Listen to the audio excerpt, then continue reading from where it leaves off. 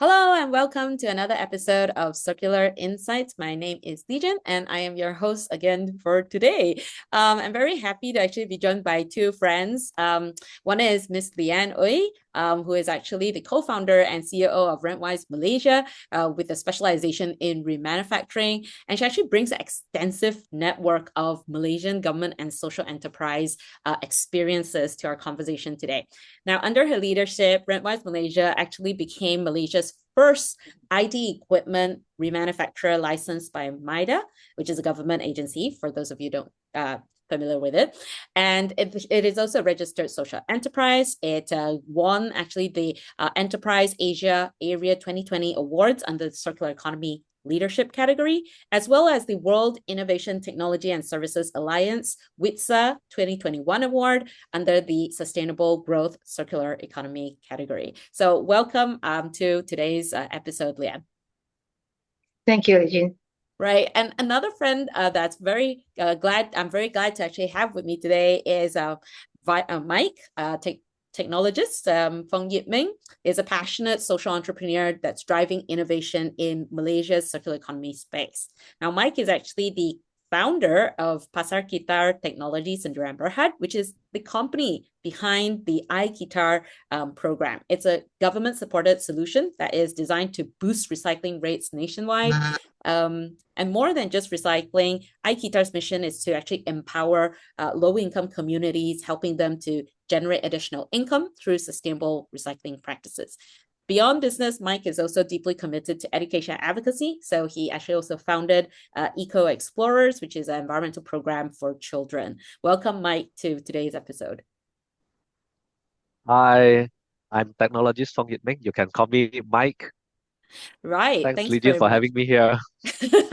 Welcome, Mike. Welcome, Leanne. Now, we brought to you both together today because we really wanted to discuss further this topic of circular economy for electrical and electronics. And very often, I think people think that e-waste is the thing that we're trying to solve. But when we're thinking on a deeper level of circular economy, e-waste is sort of like a symptom of a disease, and something actually needs to be solved further upstream before we even deal with this topic of e-waste.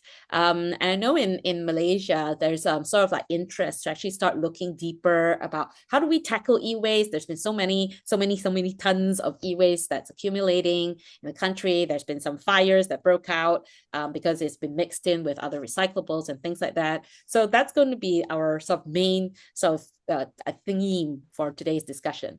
But before that, I thought it'd be really great for our audience to actually get to know both of you a little bit better. So maybe we can start off first by asking you all, what actually is the pain that you're trying to solve through your business entity, so that people can have a better understanding? Maybe I can invite Leanne to go first and then followed by Mike. Leanne, go ahead.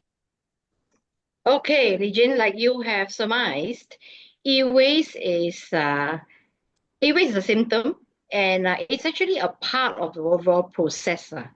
Now, there's a misconception, I think, everywhere globally, that anything used is considered waste, right? And that's the first misconception we need to address. In the circular economy, e-waste or waste is the last mile of any product that is manufactured. Right? I think we need to look at the circular economy in a few different segments. Now, after consumption as a new product, then it's become used. Now, use, lots of things can happen with use. We can reuse it. We can remanufacture it. We can refurbish it, or we could recycle it. Right? As long as these processes are done properly, there is no danger really of e-waste. Right, because the process manages or the processes manages that life cycle, and it ensures that the whole life cycle is well managed. So okay, so I think the first thing. So where does Rentwise sit in the whole process? Okay, Rentwise is not a recycler.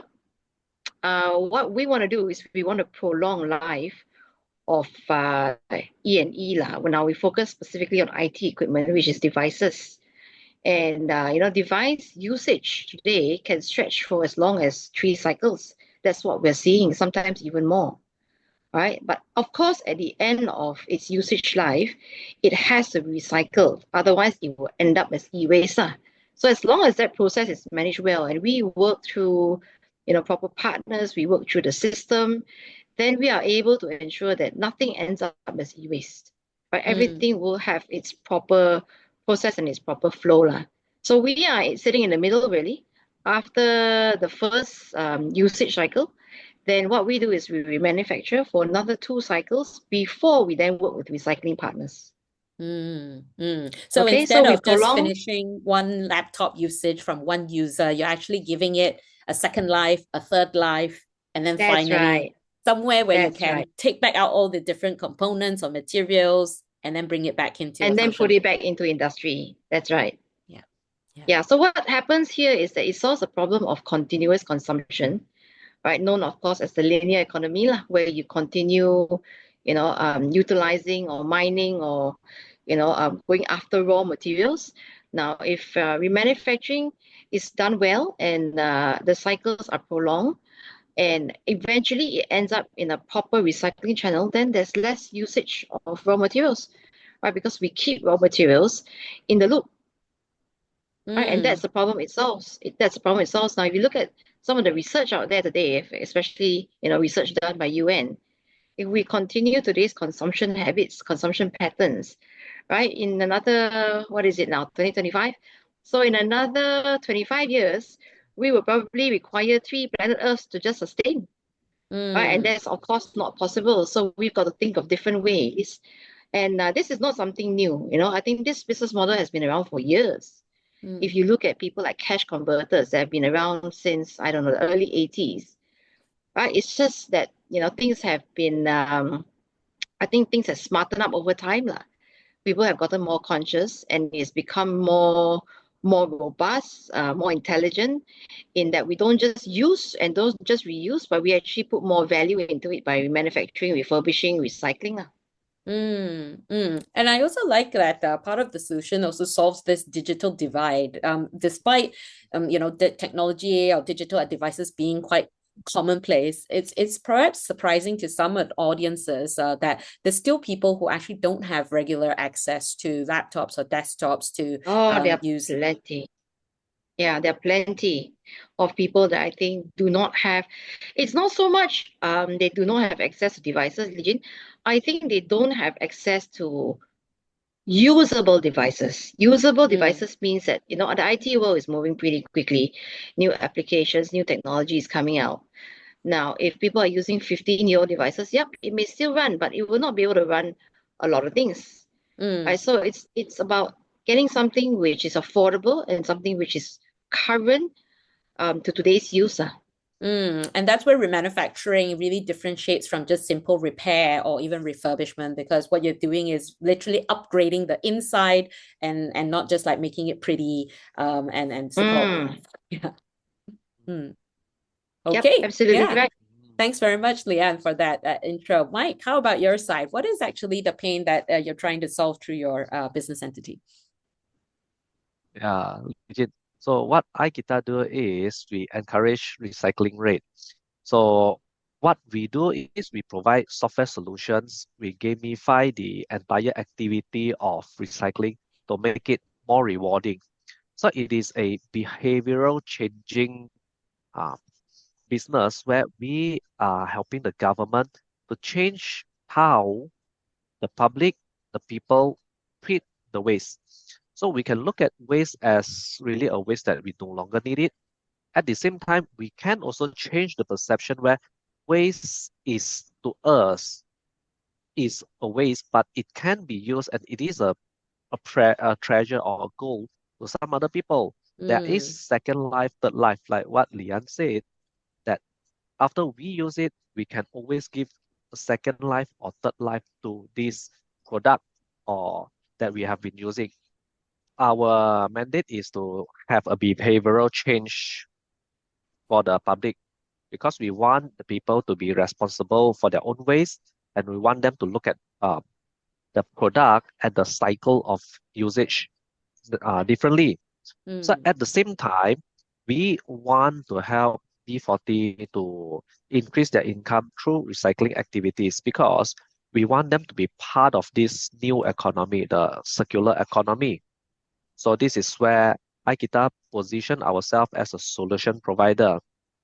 Okay, we still focus mainly on the application, which means the public fronting layer, and we work with partners like Leanne and other other players in the in the circular economy where we provide the rewards, we provide the awareness, we do the education. Okay, we front the whole journey.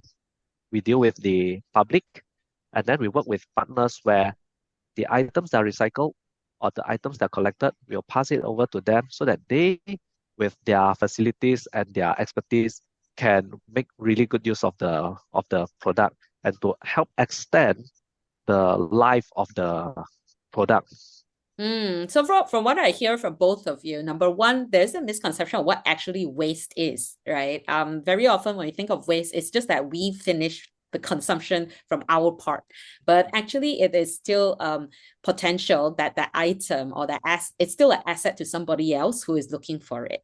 So that's like one of the first things that both your sides are actually trying to help people become aware of, so that the way we look at what we would consider waste or something that we no longer require or utilize is actually can be moved along into the economy so that they could find the right people who actually use them. Now, I know, Mike, just now you gave us an explanation of like how the app is the public fronting part, and maybe for the benefit of audiences who are not very familiar with that, maybe you could give us a like a real life example of how someone would interact with that type of solution, and then after they interact with your sort of interface, then what happens after that. So if let's say now I actually had an item, I don't know, like this, my bottle, for example, that I no longer require, how does it go through your solution?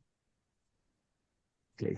So first of all, our application roll out to the public where we work together with the local communities. Okay, we work closely with JMBs, the management body of a residential areas or commercial areas, where we will help them to set up a recycle center.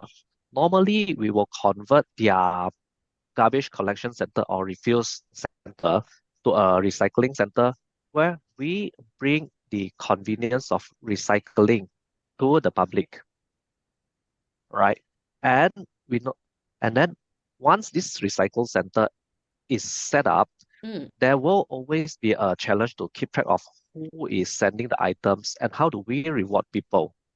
In Malaysia, when we want to change behavior, the best method is still to give them carrot rather than caning them. Right? So recycle centers or the owners of these recycle centers, they want to know who sent the item, who sent which item, and they will provide rewards. I can give you a few examples. For residential um, properties, what do they do? Imagine you have a residential area where you have 3 blocks of high-rise buildings, right? Maybe 1,000 units, right? So 3 blocks of building means there will be three garbage collection center. We will convert one of the collection center into a recycle collection center, items collection center, run by JMB, run by the community. So what the community and JMB do is they take care of the opening of the door, etc., the management of it. But when the residents send item, okay, what the resident need to do is just drop the item to the collection center.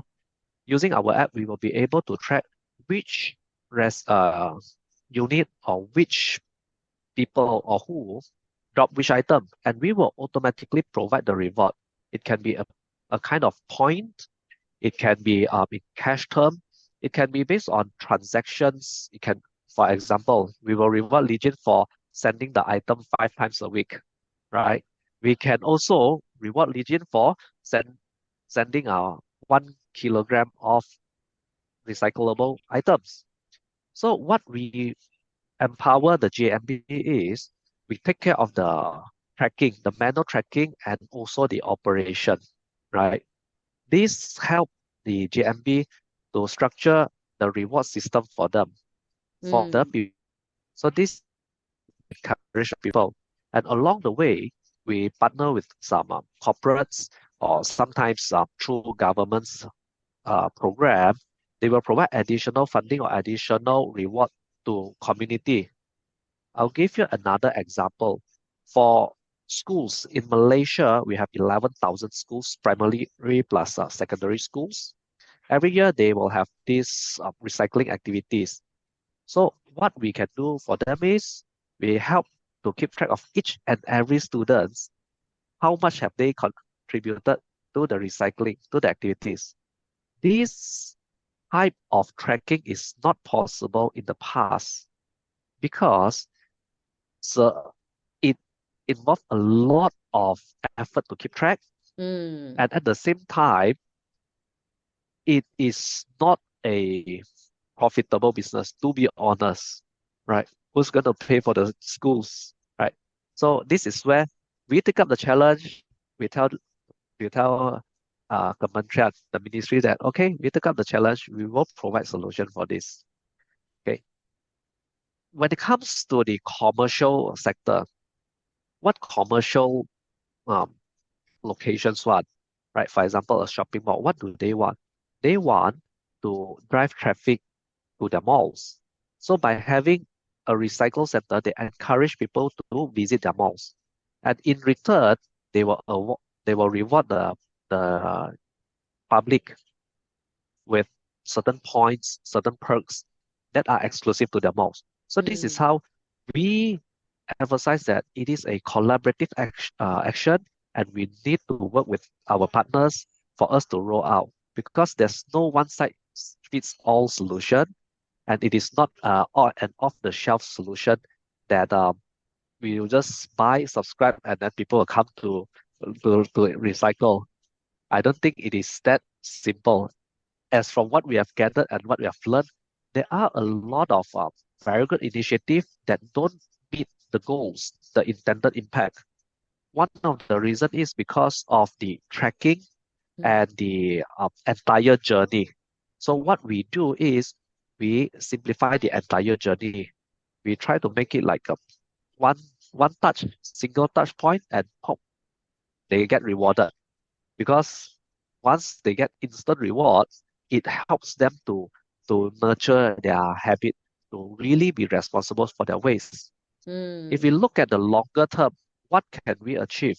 Okay, when we manage to get more user to recycle, and people will start wanting to recycle more. And with more collection points, let it be residential areas, when they reach home, they can recycle, they can get rewarded. When they go to for example, petrol station, they go to shopping malls, they go back to their office at the lobby. All these locations, when there are sufficiently large numbers of collection points, people will shift their behavior from putting into the rubbish bin into the recycle bin. And that's what we are trying to achieve in the long run. And what I really like about like what you described just now is not only about, people needing the behavior change that, oh, I know what to recycle or not, but really about how does the infrastructure around, be it the data infrastructure, which is the tracking part of it, being able to help both the people managing these centers as well as the public that is putting in the effort actually to segregate, to go to these centers and things like that. But also the second part is in terms of the sort of infrastructure scale of it, because very often people say like, you just set up one, it'll be enough. But imagine, I mean, here in the UK, I actually had there was a particular pharmacy, I think, that they set up these little boxes to collect back the they call the blister pack after you finish eating the pills. Mhm. Yeah, they collect back the Mhm. blister pack, and then they could also take Mhm. other things like anything related to dental and toothpaste and stuff.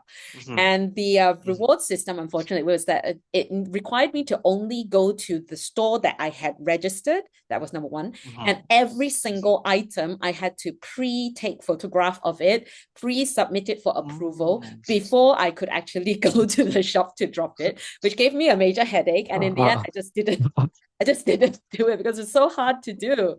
So I really love like what you were talking there about, like having that scale as well as having that ease of allowing that transaction, which then generates data for both sides to interact Mhm. with these assets very differently. In fact, I even want to like change the words that we're using. Maybe it's not actually recycling, it's not actually waste, but we're talking about resource aggregation, bringing it back to a certain sort of like just bringing resources back together and then redistributing it to the people that actually want it.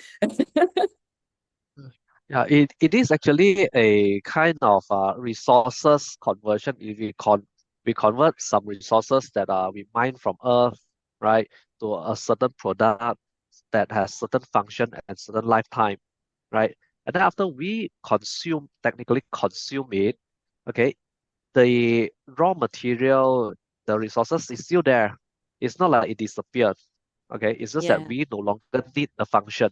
So why not we just pass it to another person where they can make good use of it? Yeah. Just And I look at love how how the nature works, right?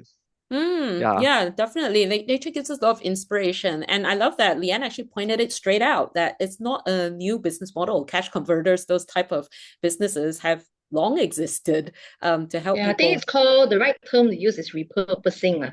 repurposing. Yeah, Yeah. repurposing, yeah.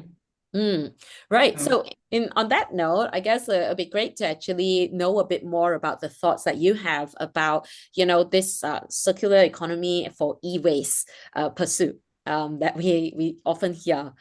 We did sort of already have like this conversation that maybe it's not so much the e-waste that needs to be circulated, but there's something actually further upstream as we repurpose it at different stages and different levels that needs to be done. I just wanted to, I guess, tease your minds a bit. I say, what are your thoughts about this pursuit of circular economy for, e-waste or electronic items? Leanne, maybe we can start off with you first.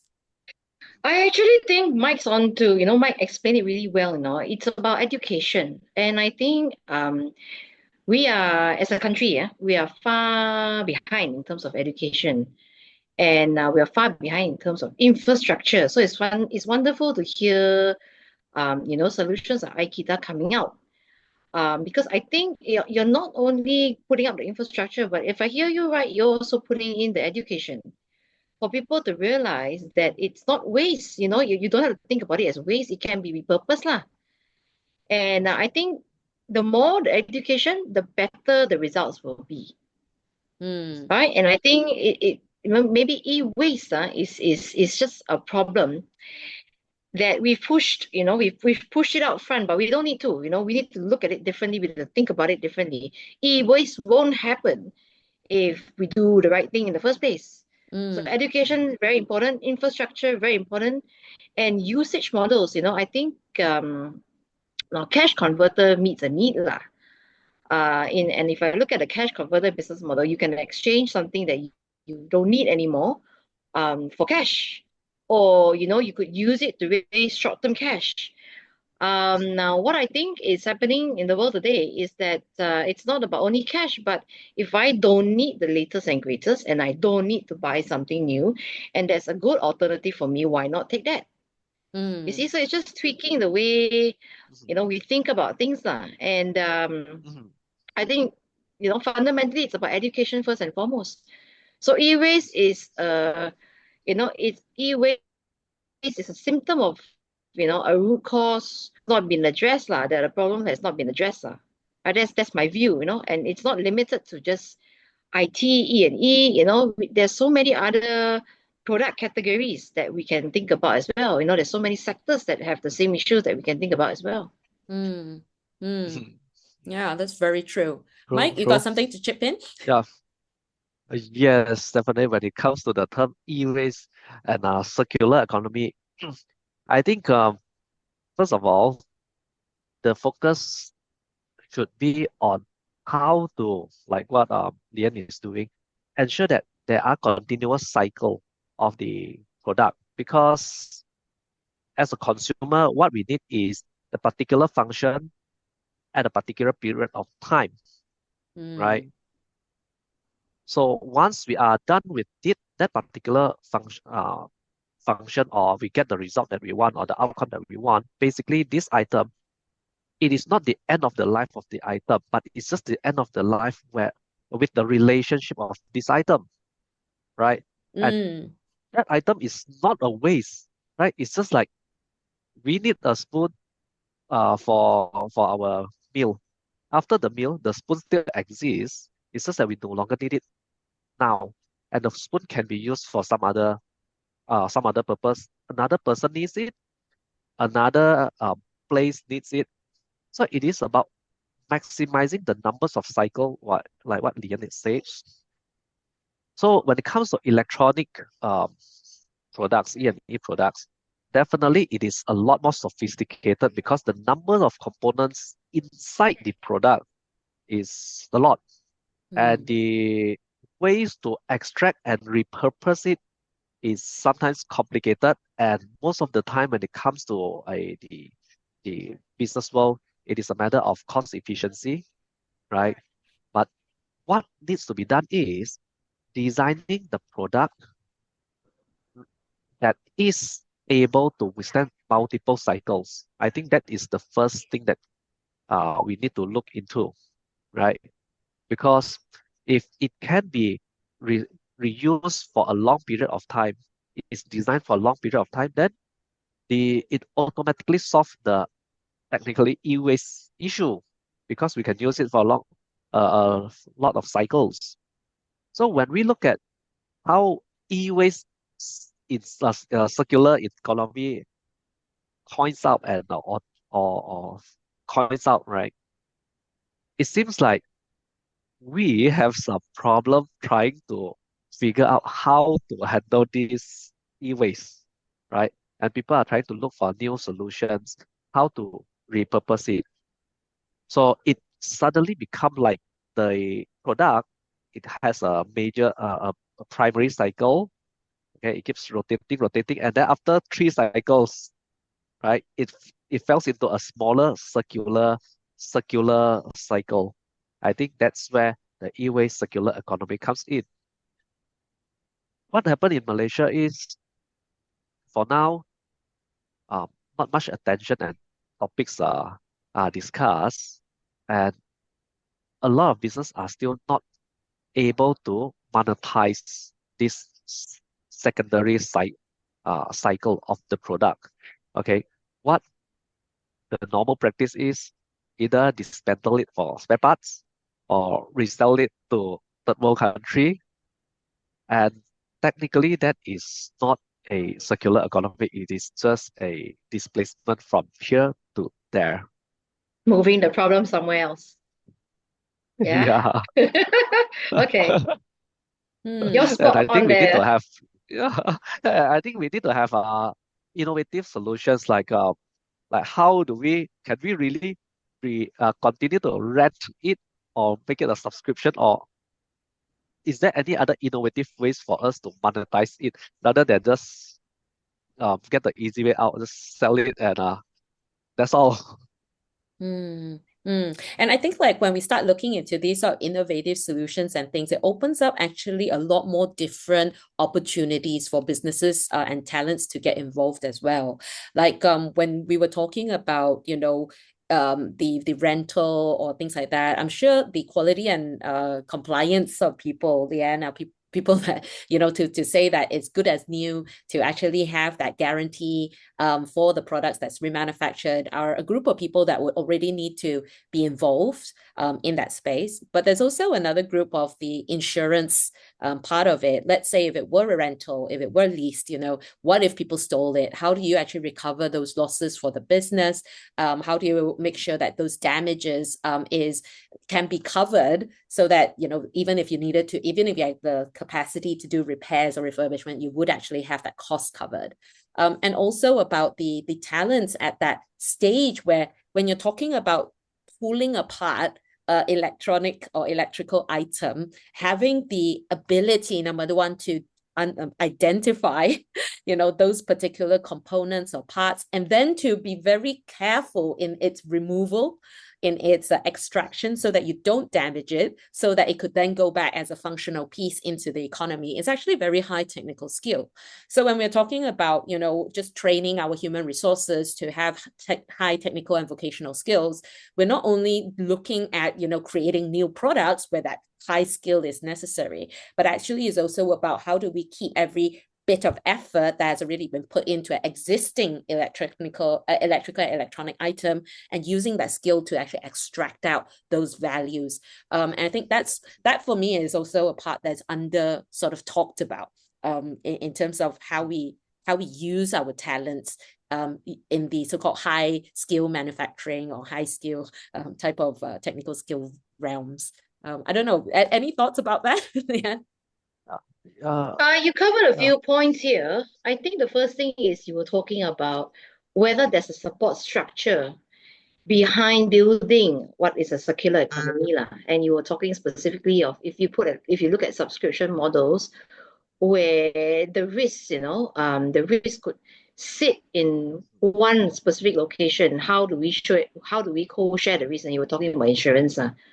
Now, in terms of insurance, I think the sector is quite mature.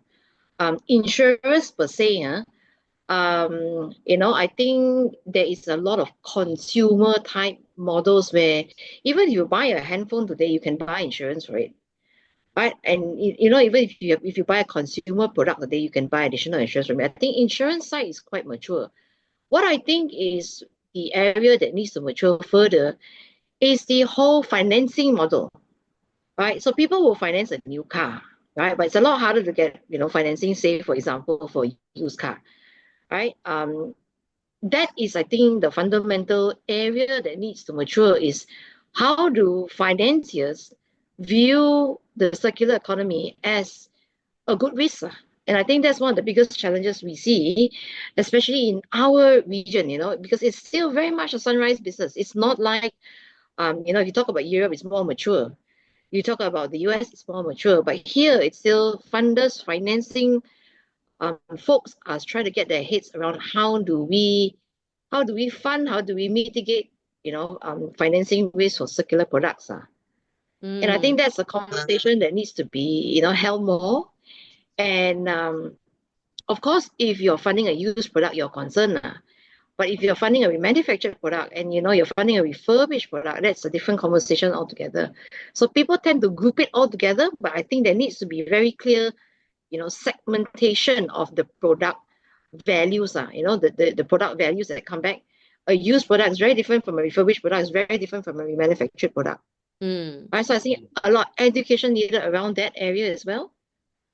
In terms of, I think Mike touched on something like ecosystem. What's ecosystem? There is EPR today becoming a hot topic of discussion. What is EPR?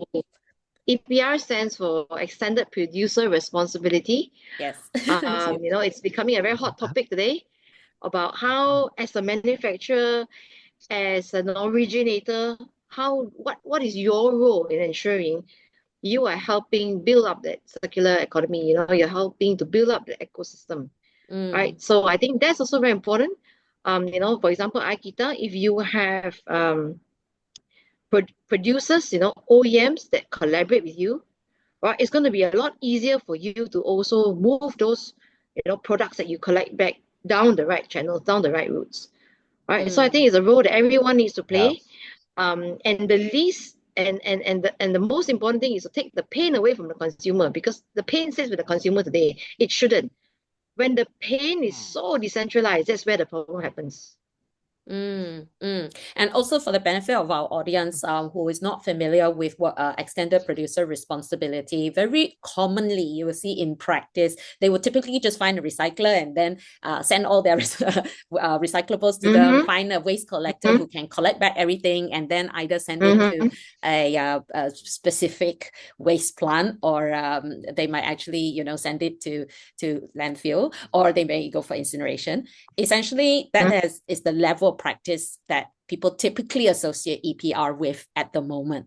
But what Mike and Leanne are actually sort of aiming towards, that if this was truly in that circular economy thinking that these are all assets and it goes back to the manufacturer, the data information, let's say that recyclers using iKita's solution would be able to tell these manufacturers is these are the type of designs that's actually really difficult for us to do anything with.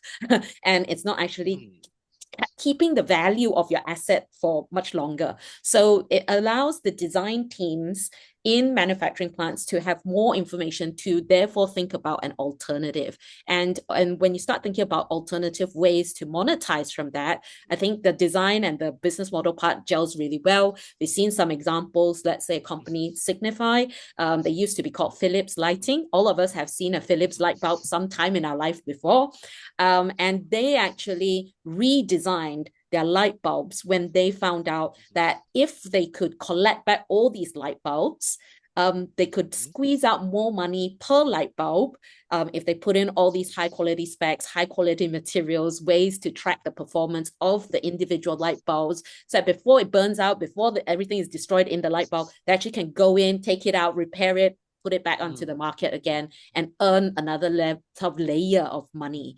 So I just really love to jump in at that point, because a lot of people have this thinking that if our electronics and electrical items never broke down, wouldn't like businesses just go broke? Like, how do they earn money, right? Like, and you're talking about people's livelihoods here. So I thought like I'd really like to jump in and give that example. Mike? Yeah. Lijin, you're absolutely right. When it comes to this economy that we know, all right, when it comes to the economy that we know, a lot of people tend to have this common perception that we are going single, a linear way of consuming, right? But Single in direction. reality, after the consumer consume or use the item, yeah, it's the thing or the object or the product doesn't actually disappear. It's not like after we use our phone, it disappeared, right? We don't technically we call it consumption, but realistically, it's still a physical thing that still exists. It's just that the relationship, the usage is the relationship just ended, right?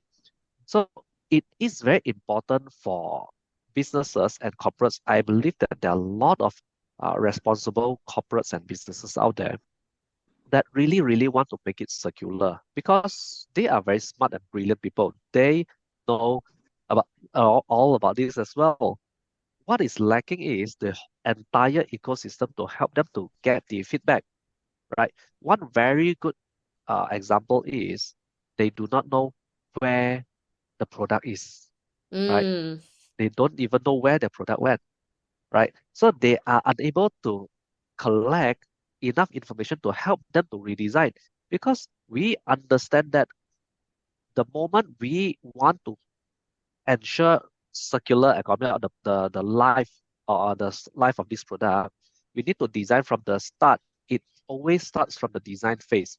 For example, back then in the nine, uh, nine around year 2000, where we have phone battery that can be used across different mobile phones, that is reuse the battery and also to extend the life of the mobile phone, right? There are components that might be proprietary, right? But standardization is always the the low-hanging fruit when it comes to circular. Things are interchangeable. Okay, it's easier to replace, it's easier to repair, it's easier to manufacture, and it always lower down the cost. And once we are able to drive down the cost to produce the spare part, or to repair the item, it normally will encourage more people to participate. So I would say that it is very important for the standardization, and the government needs to step in with policies to standardize as much as possible, right? Consumer is always at the lower end of the stream product stream. So what they can do is to send this item back to recycle centers so that, for example, we can collect the items and then we can provide sufficient data back to the manufacturer. This process is not possible in the past because of the tremendous work and effort and the complexity to keep track of all these product versus who's the supplier, who's the manufacturer, right? The distribution, where is it? Is it in Sabah, Sarawak, is uh, East Malaysia, West Malaysia? So it's very, very hard to collect the data. The good news is with today's AI technology, automation, etc., it is a lot easier for us to collect this data. And this year, we see a lot of opportunities to collect more data from the recyclable item for to provide to the government for policy making and also to provide to manufacturers and companies like Leanne, where you can understand more about the distribution and the usage of the item. So this is actually the missing puzzle where in the past, product falls go through one direction, okay, from the upper stream to lower stream because there's no data collection at the bottom of the stream where nobody knows actually where it went. Did it went into the Pacific or Atlantic Ocean? Nobody knows, right? But with today's technology, with the awareness like JMBs, government, municipal councils, government agencies, they are trying to work one step at a time, trying to progress to the stage where we are able to really understand where did the item went, whose hand did it land on, how did they use it before this? Because we have to understand that today's devices, let's say a mobile phone or tablet, right, for easier illustration, it is fully packed with a lot of sensors, the functions, features, etc. It comes with a GPS tracker, it comes with accelerator and a lot of different sensors. But how do we use it? This do the final consumer only use it for like, let's say, timekeeping, like a clock. We don't know, you don't know, that I don't know, right? We are unable to know because there's no tracking. But now with a lot of initiatives from different levels and different parties, we are trying to collect more information. What actually happened to the life cycle, right? A mobile phone, we can use 20 or 30 functions when it is at the beginning of the life cycle. By the end of its life, some people might just use it as a table clock, right? We wouldn't know. So I think the design of the circuit product requires a lot of data on how it is used across different phases and the different cycles over the lifetime. Yeah, I think Mike is saying the same thing I was echoing just now, that Mm. if you match the need to the product life cycle, that's where you keep products as circular as possible because not everyone needs the same thing. Right? Somebody Yeah. that is an R&D person in an organization versus a school kid that's using, let's say, an IT device has a very different need. Right? So different stages of the product, if we are able to match it to needs, that's ideal. Yeah. I And really love this if theme that keeps coming up about relationships with the product. And for some reason, something that keeps popping up in my mind is actually also our relationships with people as well. Because like, I mean, just the analogy, you know, like obviously we might have friends at different stages of our lives, right? And we might even have partners, boyfriends, girlfriends at different stages of our life. And just because we said goodbye because we have moved in different directions doesn't mean those friends disappear, right? They're still humans. Precisely, Yeah. precisely. And it's not like you Exactly. just throw Well them described. away.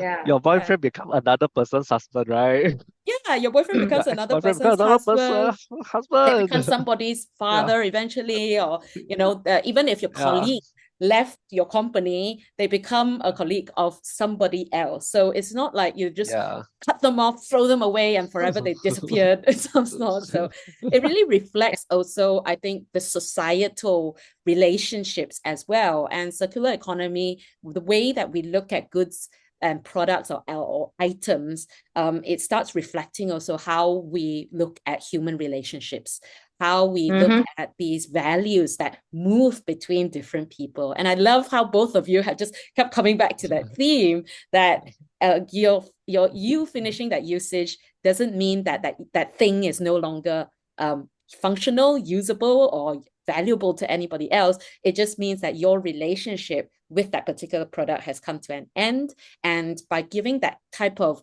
care to allow it to return into that wider system, you can actually allow somebody else who is in dire need of that to actually have a new relationship with that product. And it benefits that person as well, Absolutely. yeah?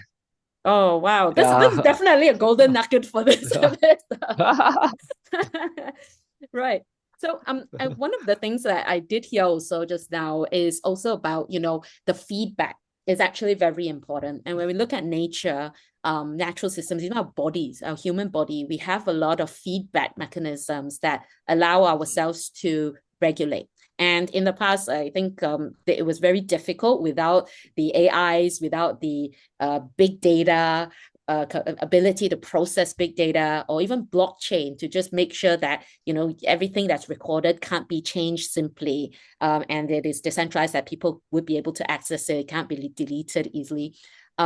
All these technological advances in different spheres has actually brought us to almost this point whereby circular economy is very possible, because all of these different technologies now have existed for quite a while. It is now actually just applying it to just another area, which is that so-called stream of a life cycle. Yeah, a lot of us actually. Yeah, so I thought that was a very interesting way of putting it, is that this is not new per se. It's not that we are starting from scratch. There's actually a lot of technologies that we've built upon as how human civilizations are. We've always built upon something else that's been created in the past and looked for new ways of applying it so that we could deliver higher performance, better, good stuff to the world, while also being aware, minimizing all the bad stuff. I think that standardization part of it was also very interesting, because we've actually seen a example of it here in Europe, whereby there were so many charging cables. Yes, audience, e-waste also includes charging cables. Yep. It includes your lighting, your kettles, not just computers, laptops, and telephones. It can also include medical devices, all the things you see in your clinic, in your dentist. It can include all the electrical Your items. TVs, your refrigerators, your microwaves. Yep, all those big, bulky white goods. It can also include manufacturers' equipment as well, because they need electrical items to produce things. So e-waste is actually like really diverse, from household to commercial to industrial. All these parts are included in e-waste. So in Europe, they found that these charging cables being changed every year actually created so much wastage, because people just couldn't plug it into the device anymore. Not that the cable had anything wrong. So the EU actually passed this standardization, say that all cables entering the EU market need to be Type C, so that it doesn't matter which device you're plugging into, that cable can still continue to function. So I really love that part of it. Now, one question though that I think some people would bring up is that if all these technologies and things are already there, right? Then what's stopping us from actually getting to the circular economy for electrical and electronic items? Leanne, what are your thoughts on that? I think it's the infrastructure, and it's education, it's knowledge, and it's education. So a lot of people don't realize today that they can pass, for example, their laptop on to another user, right? They'll probably stick it at home and keep it in the storeroom for 10 years until one fine day they decide, okay, I'm going to clear my storeroom. Then by then they can't even turn it on and then they'll chuck it away. Right? So I think that's where iKita comes in with education here, a platform that is accessible to everyone. If you know that you've got value in your device, right? You don't need it, you want something new, but there's somebody else who could need it, right? And you could pass it on in a structured way, and you get something back for it. I think if that education is there, if that knowledge is there, people will do it. I would Right? jump So in it's there, about Leanne. education. Yeah. I Yeah, will be a exactly. It's devil's about advocate. education, it's about infrastructure. So No, I've because got 3 kids at home that change their handphones every 2 years, and then all the handphones start sitting in their drawers, right? But if they know they can get some money out of it, I'm sure they'll do it. If they know where to go, who will help them, I'm sure they'll do it.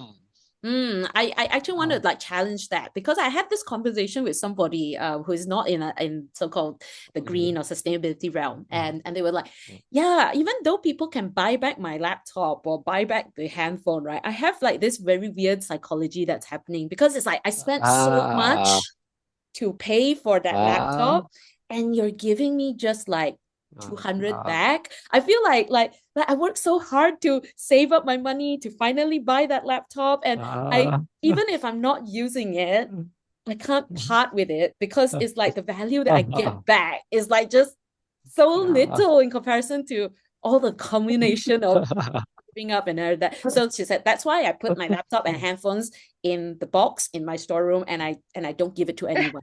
I was like, I don't know, Mike, what do you think? That's hoarder mentality. Absolutely.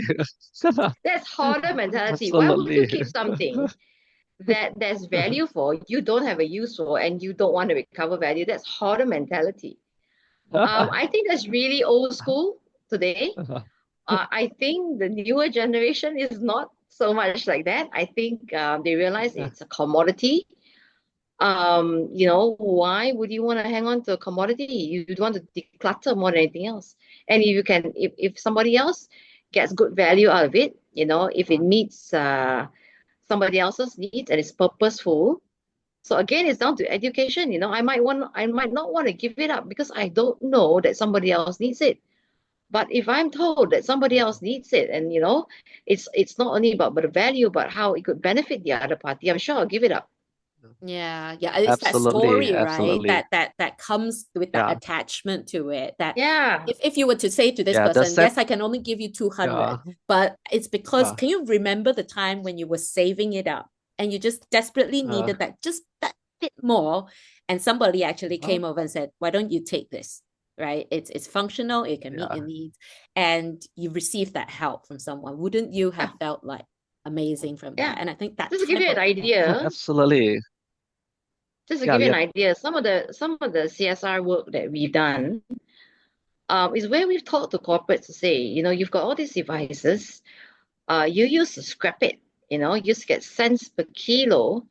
We're giving you good value for them now because we can remanufacture it, repurpose it, and move it down to another party. Now that you've got that much value back, would you consider putting 20% of those assets aside and work with us to repurpose it to schools, especially where there is a very high B40 content, and they have labs that are not functioning, which means this school children, even though they're very, very keen and very, very eager to learn about IT, do not have access to devices. Now, the minute they understand that this is what we want to do and how much it impacts the community, and hey, the community would be your personnel, 5 to 10 years down the road. And if you can impact that favorably and positively, why not? We've had no turnaways to say no, we don't want to do something like that. In fact, almost all the time we say, yep, let's do it. Right. And they're really happy when they hear, okay, this school's got this lab up because of them. Right. So it's about the education, you're right. It's about the story as well. And it's Yeah. about, making clear to people what's going to happen. Right. It's not something that's just going to go hidden. You're not going to give it to somebody. It's just going to stick it in the room and not value it. Right. But so it's around Yeah. the whole purpose, the whole purpose of doing something like that. Why give it up? Because it's going to meet a big purpose, a big need somewhere else. And we've never had a pushback to say, no, we don't want to do it. In fact, they asked us, can you do more? Mm. Mm. Okay, so I think Absolutely, it is. Yeah, Go ahead, Mike. yeah, Lian, Yes. go ahead. Sorry. yeah, so Yeah, yeah, so I think that's just a story to share on if you have the right approach to, I would say, hoarder mentality, it will break lah. It Mm. will break lah. absolutely, Lian. It is from how we I would like to first of all echo what Lian said. It is actually first of all uh it is a commodity. Okay, while a lot of people tend to have this sentimental value or attachment. Or this is my first mobile phone, right? And this is the pink color laptop that I love so much. So sentimental value does make this laptop or this device deeply attached, right? However, I think at the same time we need to let the community or the consumers understand that look, there are valuable resources that are life changing. Okay, without you releasing these resources back to release it to another person or release back to the circular economy, chances are all this get locked down in in your drawer, right? So, a sensitive topic that we can relate is like organ donation, right? There are some people who feels that it is important for us to care to help another person since we are technically no longer using, right? So when it comes to the awareness and the mindset, right, it has a lot to do with first of all culture. Secondly, is the behavior. A lot of cultures in the past, for the past a few hundred years in human history, we tend to have some clinging to the sense of belonging. This is my property, my item. However, I think it is time for us to change our lens and to understand that look, this is something that helped me to go through. It is always a life is about it's like a stream. This this device, this gadget, or this equipment is here to accompany me for the period of time. It is not 100% total ownership. And even if I'm not using it, I'm not going to let anybody touch my toys. I don't think that's something that I want to teach my children. I would personally think that it is important for us to understand that everything comes and go is the relationship. It is always about uh, making the other person or just paying it forward, right? It's like we get the mango or the coconut that we have today because our ancestors planted the tree. If they were to say, okay, if I can't enjoy the coconut, I'm gonna chop down the tree, then I don't think this is how society works. Yeah. So Yeah, in order for us to change absolutely. the behavior, yeah. So in order for us to change this culture, it takes a lot of behavioral changes because people do get influenced by people around us, right? So this is where I think maybe we, to put it in simple terms, uh, maybe something more relevant to us now, because maybe this has been around longer. Now, if you buy a car and you finish paying off your loan and you want to change the new car to a new car, you're not ah, going to sit your old car in your garage and let it rot there, right? Because you know you're not going to use it, yeah, so you're going to sell it. Right? Same thing goes with devices. If you're not going to use it, why sit it and let it rot just because it's a lot smaller? Doesn't mean it's the right thing to do lah. So I think the concept why I use so, cars is because we cars have been around a much longer period, you see. So if our ah, mentality is once we finish paying off our car, we want to change a new car, we don't want to put our car in the garage, we sell it off, we get money, someone else going to benefit from it. I think that same concept should apply to the more newer generation of products and devices lah. Mm. Mm. And yeah, and I just especially when, yeah. no, go ahead, Mike. Especially, I need to add up this, especially when we deal with the B40, we notice that every little items that they sell or the money that they collect, even though it's small to a lot of people, but it is life changing. There was a very good success story where a mother or a single mother, right? She spent about 6 months selling items to the Aikitas Recycle Center, and she managed to earn enough money to buy her first motorbike. For a lot of people, the few hundred ringgits per month is minimum, right? 100 ringgit, a few hundred ringgits is like less than $100 a month, right? But for them, it is life-changing where the children will have a more comfortable life where the children can go to school much easier. Instead of walking, now they can take a motorbike, right? The mother can save more time so that she can, um, after sending the kids to school, she can go to work earlier and she can earn more. So these little ripple effects, right? It starts a domino effect. Just one little change in life can have a long way. It can really go a long way. Mm. Mm. Yeah, Yeah. you're on something there. So you've basically facilitated livelihood for someone. Right? That's life changing. That's really purposeful. So that, if people understand that that's the outcome that is happening from not hoarding something, I think, the whole perception will change. Yeah. Yeah. And I think Absolutely. this is where, like, when we talk about circular economy, I think it's way, way, way beyond just talking about material circulations. It is very Mm. much about livelihood change. It is about how people access goods and services on a day-to-day basis. Because if we're only looking at it as a material transaction, Mm-hmm. it's it falls in line with the recycling sort of like thinking, right? Where you just let everything get to the end of the pipe and then we'll see how to make it less bad at the end. But when we start looking at it at that level, there's a lot of value systems that come in around care, around empathy, around that communal benefit that comes into play, that helps the rebuilding of societies, rebuilding of human relationships, empowerment of people to actually pursue the lives that they want, and the relationship qualities that they have with other people. And I think, to me, that's really the crux of the circular economy. It is not Mhm. just material exchange. It is what that material exchange empowers people to do, to have a better life and to create a better world for each other. And when you guys were talking about these examples, it immediately prompted me to think about also something that I had been doing almost subconsciously, or maybe consciously, because it is quite expensive to buy children's clothing. Yeah, and I know it's a different waste sector, but textile waste and blah blah blah. But it's really expensive to buy children clothing because they grow out of it so quickly, number one.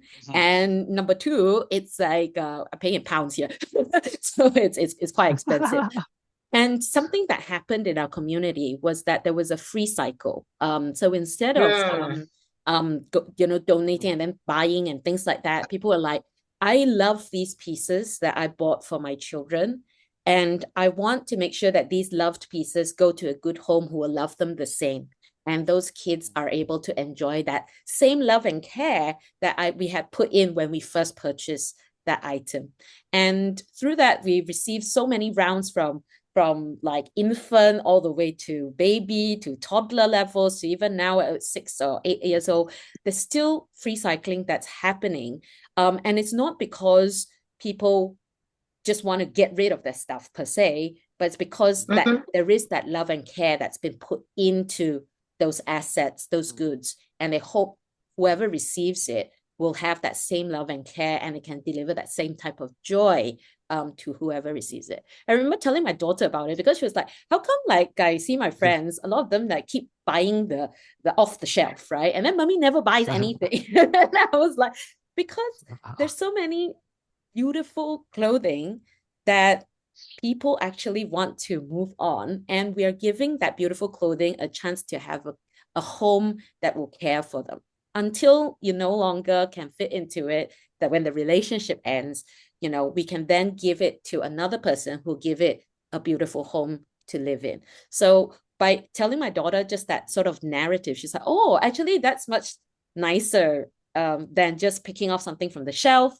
and then throwing it into the bin. Because then the thing that she loves so much, because she's so attached to some dresses, she's like, I don't want you to take it away. I was like, we're going to give it to this person, and you'll still see the dress. And she was like, okay, I can do that. But when somebody tried to chuck it in the bin, she was like melting down and like, so no, don't do this to my dress. I can't fit, but I don't want to let go of it, you know. And I just love the way that you guys had described it with, you know, devices and how to actually pass it forward and things like that. So yeah, lovely way. Now I'm mindful of our time, so I hope that I unfortunately need to end this very lovely conversation that I'm having with both of you. And maybe I'll just go one round. Maybe last thoughts that you would like to tell our audience about in relation to, you know, these electrical and electronic items or circular economy or e-waste. Who would like to go first? Maybe I go with Mike first, since I always seem to have gone with Leanne first. So Mike, go ahead. Yeah, I want to spread a message and I want to really shout out that it is time for us to relook at our behavior and how we perceive and treat our waste.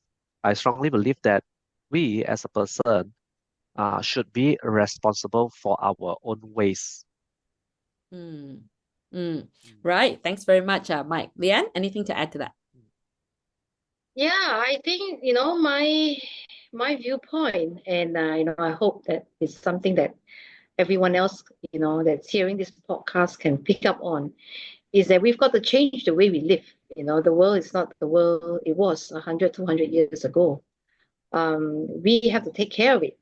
And, you know, this is not going to hurt us. This is going to help us. So mindset change is actually really important in order to ensure our livelihood, the livelihood of our kids, you know, and the future of where we are headed to as, you know, humankind. Right? So I think the whole system of how we consume needs to be rethought and needs to be rejigged to the benefit of, you know, our benefit. Thank you so much for those closing thoughts. I truly believe that if we had put a lot more intention at the beginning, we would be able to build consumption in a way that continues to regenerate, to restore, to heal the various, not only the environment, but actually also the human relationships, the community, the society that we exist in, because no human is actually isolated on its own. We are very social beings. We interact. There's a lot of feedback that goes between us. And I truly believe the circular economy sits as a systems framework that can help us achieve that. Circular Business Association, we have actually produced a position paper on circular economy and e-waste. It is available on our website. The link will also be at the description of this podcast episode. As people who are driving the implementation of a profitable circular economy, the position paper looks into the top three sort of like challenges from both the infrastructural as well as the policy and regulatory perspectives that would be needed in order to facilitate whatever, you know, we talked about of behavioral change. It just relying on willpower, as my health coach will say, is a recipe for failure. So we actually need to pair the willpower, pair the interest with all the different tools from narratives and storylines, which is very much in the communications and marketing realm, as well as the policy and regulatory frameworks that help standardizations and things like that to occur, in addition to also this infrastructural part of it, from data, from the logistical setup and you know, physical locations and things like that. So with that, thank you very much for joining us today, Leanne and Mike. I hope you had a very enjoyable time. Thank you very much to the audiences who tuned in. You will be able to find the website links to Rentwise as well as to Pasarkita for the iKitar, so for solution, in the description box of this episode. And I'll see you next time. Take care. Bye.